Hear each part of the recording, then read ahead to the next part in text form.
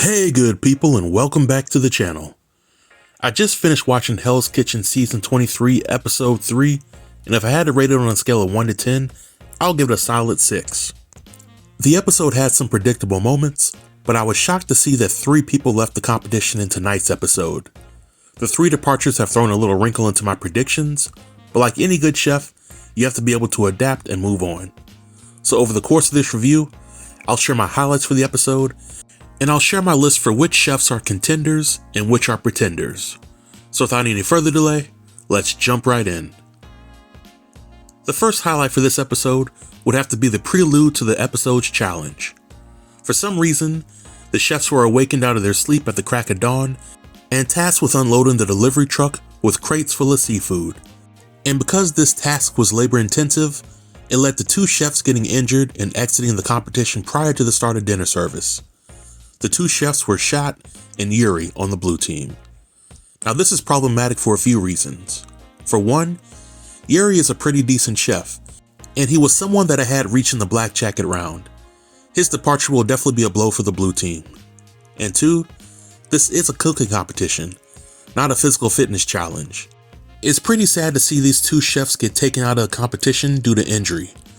But hopefully the show will think twice before having the chefs participate in these gimmick challenges that could lead to injury.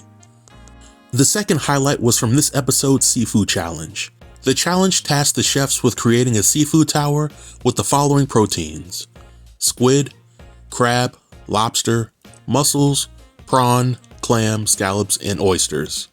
The chefs were given 30 minutes to make a great seafood appetizer, and the teams would have to go head to head to see which team had the most points at the end of the challenge.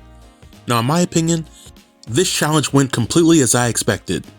For the blue team, I had a feeling that Anthony, Egypt, Michael, and Kyle would do great on their dishes, while I had doubts when it came to Corbin and Shot.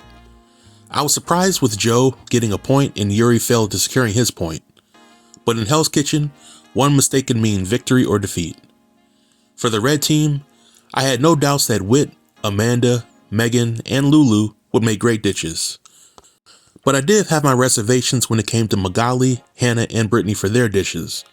Nevertheless, the red team wins, and they get to kayak while the blue team gets stuck in the kitchen preparing seafood for dinner service. My final highlight for the episode was the episode's dinner service. There were mistakes made on both teams in the dinner service, but it seems like the red team has the more cohesive unit. Tonight's standouts were Whit for her leadership and Lulu for her amazing cooking skills.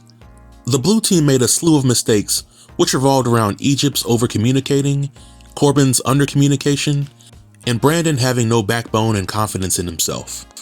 Each chef cooked multiple dishes that had mistakes, and while they were able to correct their mistakes and finish the service, the red team won the challenge. The blue team then nominates Corbin and Egypt for elimination, and to me, this elimination didn't require much thought. Since Corbin has been on the show, he has shown 0 leadership skills, and outside of the first challenge, he's done nothing to stand out from his other teammates in a good way, so he got the boot. Egypt, on the other hand, has some flaws as a teammate, but he is one of the few people on the blue team that is showing some leadership skills, and he also keeps the drama going for the show. Now it's clear that Egypt has alienated himself from a lot of the teammates, and his teammates will be gunning for him, but according to the previews for next week, one of the women from the red team joins the blue team, and things go from bad to worse. From the looks of things, the new member for the blue team might be Lulu, and if it is, then I have a feeling that she will help weed out some of the bad apples on the team. So with 3 chefs leaving tonight's episode, I thought it would be best to revise my list for contenders and pretenders. For my list of contenders, I have Whit, Kyle, Anthony, Megan, Amanda, and Lulu. In this episode, these chefs have been the most consistent chefs and have made the fewest mistakes in the kitchen. On my list of pretenders, I have Egypt, Brandon, Michael, Brittany, Hannah, and Magali. And before anybody says anything, I know I've been flip-flopping on Egypt from week to week, but I think that Gordon will ultimately get rid of him because he has an issue with getting people to listen to him and follow his lead. Brandon and Michael have been somewhat inconsistent in their service, and their leadership skills are definitely in question. Brittany, Hannah, and Magali have shown flashes of inconsistency in their food, and Magali also mentioned that she misses her husband in the first part of the episode. Usually when chefs are shown talking about how much they miss their family, it means that they're either going to kick the competition into second gear or they'll be getting eliminated soon. But those are my thoughts on tonight's episode, and if you have any comments about it, feel free to leave them below in the comment section, and I'll be sure to reply to everybody. Until next time, stay tuned and stay safe. Peace.